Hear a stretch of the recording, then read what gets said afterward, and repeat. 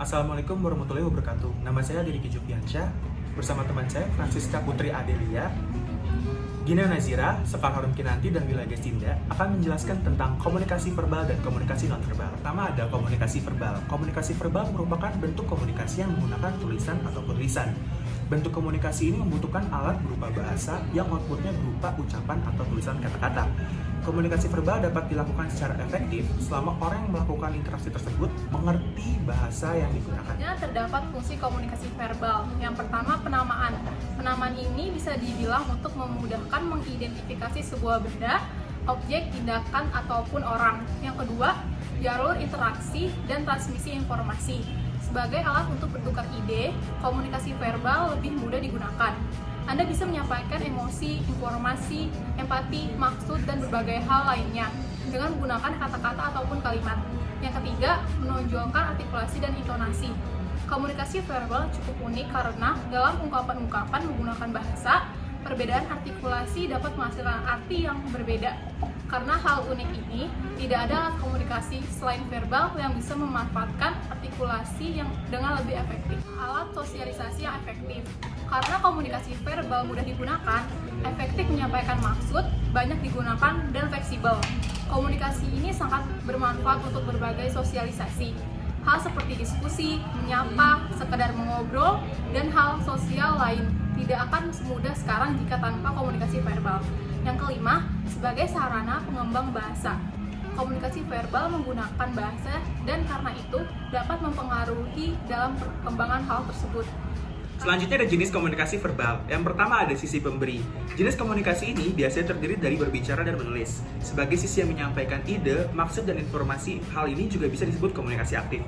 Yang kedua ada sisi penerima. Jenis komunikasi ini biasanya terdiri dari mendengar dan membaca. Sebagai sisi yang menyerap ide, maksud, dan informasi dari pihak lain, hal ini bisa disebut sebagai komunikasi pasif. Selanjutnya ada komunikasi nonverbal. Komunikasi nonverbal merupakan komunikasi yang tidak menggunakan bahasa secara langsung. Komunikasi nonverbal tidak memiliki struktur yang standar seperti bahasa, tapi dengan interpreksi dan logika. Orang dapat mengerti maksud orang tersebut. Komunikasi nonverbal biasanya digunakan sebagai penguat komunikasi verbal. Berikutnya ada fungsi komunikasi nonverbal. Fungsi komunikasi nonverbal adalah memperjelas komunikasi menggunakan kata-kata. Seseorang kadang dapat mengerti informasi lebih jika mendapatkannya dari kombinasi komunikasi verbal dan nonverbal. Selanjutnya saya ingin menjelaskan mengenai jenis komunikasi nonverbal. Yang pertama itu ada komunikasi objek, yaitu jenis komunikasi nonverbal yang memanfaatkan benda sebagai mediumnya. Yang kedua ada komunikasi dengan sentuhan. Sentuhan ini biasanya merupakan jenis komunikasi nonverbal yang menunjukkan relasi antara orang yang melakukannya. Yang ketiga ada komunikasi yang memanfaatkan waktu. Komunikasi ini biasanya sulit digunakan untuk mengungkapkan maksud, tapi di kegiatan tertentu biasanya komunikasi ini berhubungan dengan durasi yang harusnya normal, tapi dibuat lebih lama atau lebih sebentar.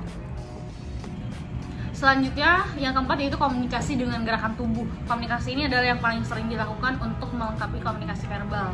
Dan yang kelima itu komunikasi dengan memanfaatkan tempat dan jarak. Jarak ini dibagi bermacam-macam. Yang pertama itu ada jarak intim. Biasanya ini menunjukkan jarak yang sangat dekat. Biasanya menunjukkan hubungan keluarga ataupun pasangan. Next, jarak personal. Hal ini menunjukkan Anda mengenal dekat dengan orang itu dan tidak masalah berada di area yang dekat walau tidak terlalu intim. Oke, next. Next yaitu jarak sosial. Jarak sosial biasanya terjadi pada seseorang yang mengenal netral seseorang, bukan teman, tapi saling mengenal, biasanya sekitar 1 sampai 4 meter dalam jarak. Dan yang terakhir yaitu jarak publik, biasanya untuk menunjukkan Anda tidak memiliki hubungan apapun. Biasanya berada di atas 4 meter untuk menunjukkan hal ini. Dan yang terakhir yaitu komunikasi dengan suara. Komunikasi suara ini bukan ucapan, tapi suara yang ditimbulkan tanpa bahasa tertentu. Biasanya untuk mengisyaratkan sesuatu saat dikomunikasikan dengan komunikasi verbal. Tina, ini si Adel sama Wila kemana sih? Ya nih mau. Itu dia tuh. Del, Sini. Oh iya. Iya deh, gue nggak tahu deh.